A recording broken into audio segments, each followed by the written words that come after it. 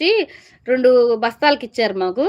ఇస్తే ఇంకా డాబా పైన ఎండబెట్టి అమ్మోళ్ళ ఇంటికాడ డాబా అనమాట. ఎండబెట్టి మిక్సీ పట్టుకొస్తే ఇంకా రాగి దోసతో రాగి లడ్డూలు, రాగి దోస, రాగి బూరెలు అట్ట రకానికి ఒక ఐటెమ్.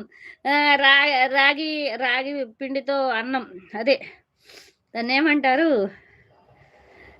రాగి ముద్ద. అట్లా. రకరకాలే అనమాట. ఇంకా రాగి పిండితో ఎన్ని ఐటెమ్స్ చేస్తారో అన్ని రకాల ఐటెమ్స్ చేసేదాన్ని. ఆ పిండి అయిపోవాలిగా ముందు. అందుకని. మా అత్తగారింటికెళ్తే ఇంకా ఇంట్లో ఏముండేవి కాదనమాట. అది పక్కా పల్లెటూరు మా అత్తగారిది. అంటే ఏం దొరకవనమాట. ఇంకా మనం ఇంట్లో వండుకొని తింటమే. ఏదైనా గాని. ఇంకా రకానికొకటి. ఒకరోజేమో ఆయుడు కుడుములు వేస్తారు కదా! ఆయి కుడుములు కాదు. అదే ఇంట్లో గృహప్రవేశాలైతే ఇట్లా పైకేసురుతాం కదా! ఆయి కుడుములు. నాకొక గుర్తొచ్చేస్తుంది.